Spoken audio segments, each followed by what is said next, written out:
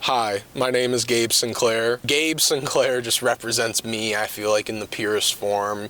I've always been creating my whole life, and it's just like, just now, I feel like whatever I create and just put into whatever you want to call this is, my musical endeavors or whatever, it's just me. Gabe Sinclair is me, man. That's all I gotta say. Two things I could not live without: art in general, music. It's just my life's consumed by it, movies, whatever. Other than that, I don't know. Fucking food. I have a passion for food. Fun fact, my dad used to be a chef, so I've just always grown around food and just like, traditional French cooking and shit like that. That's like another passion of mine. Love food. Fuck it. And you need it to survive, actually. I definitely worry about offending people with my music sometimes because I'm very blunt and I say some very off-color shit.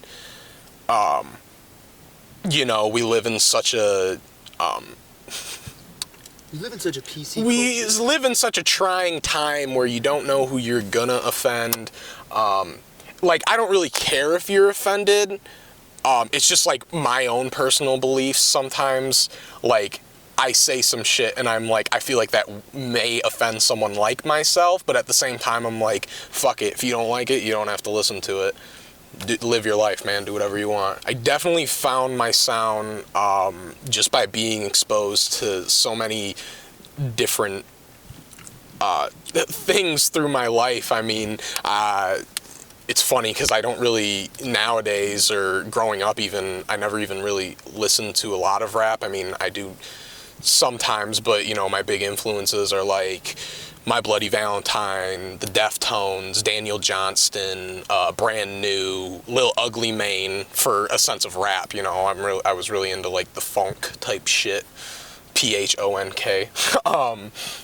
So yeah, I mean, it was just kind of experimenting over time and just really finding the sounds that defined me as a person when I was, coming of age. Distorted 808s and Heartbreak was just it was just kind of like lightning caught in a bottle. I literally made all these songs in like 10 minutes.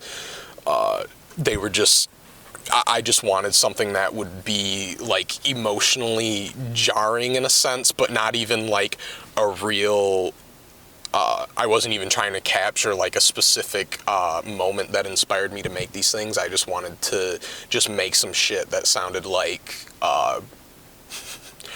I don't know, sounded like kicking in someone's teeth while you're crying over a girl. I just wanted to make some like angry, sad shit. Vegemite, it's like another step of evolution, I feel. It's just, I feel like that's not like a lot of the stuff I've made. It's definitely me, and you still hear me and all of that stuff, but it's not, it's just one step further to like fully realizing who I am and what my sound is and what all of this means, I do not smoke dope with my grandma. Mom, if you're watching this, I swear to God, I've never smoked weed with grandma. I love recording from home. I hate being in front of an audience. I hate seeing people, I hate it when it's just like a gang of people sitting there, like you're just like, because it just feels so superficial, where it's like when I'm at home, I can just let shit come naturally to me and I can actually let loose without feeling like a degenerate or like or a bitch or anything. Like, I could just be myself in this environment because that's just where I create all my shit, and it's like, why not record? I got to the point of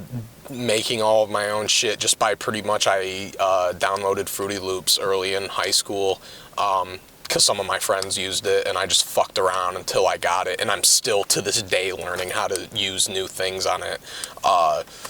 It's just all about applying yourself and putting in the time to actually learn so you can develop your craft. The video for Way Up came together with me telling Brandon, Aux Cinema, shout out Brandon, just telling him, I was like, hey, I want to do a video for this song. He just hit me up and was like, hey, let's put you up on the Ambassador Bridge. Let's get way up with this shit. And I was like, hell yeah. And then the rest of the video was we were just fucking around in my backyard burning a Trump flag and filming me smashing a TV. And then my friend came over, Alexis, and we were just like, let's go to the graveyard and film her talking to a tombstone like I'm dead, and then like put me in the dirt, and then have like a shot of her with a gun to my head looking like she killed me or some shit. I'm like, I don't know. We came up with the storyline essentially that she killed me because I was being ignorant in the backyard burning a Trump flag, even though it's fuck Donald Trump.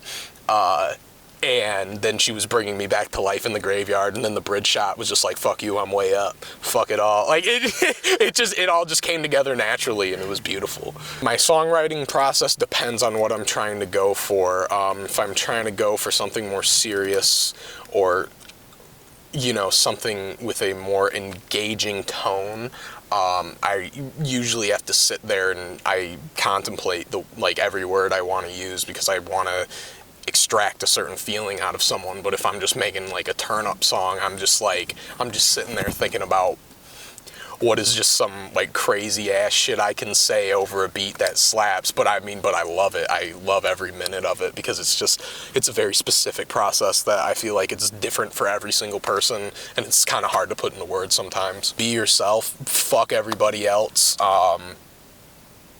You know, say and do what you want, as long as you're not fucking harming a bunch of people, I guess. I mean, just, you know, live life, man. I don't know. It's really hard to say, but I guess ultimately what I hope people pull from my music is they get a little insight to who I am and kind of what goes on inside my head. To anyone watching, I hope this has been an enlightening experience. If I went to school with you and you're mad that I don't follow you on Twitter anymore, fuck you. I'm not trying to see your bullshit on my timeline anymore. Sorry. Don't ask me in public about it. That shit's corny as fuck. And I hope you enjoyed all your time with me, and maybe you will like me. And if you're a cute girl who wants to hold hands and watch David Lynch movies with me, hit my line. This has been 60 Seconds with Gabe.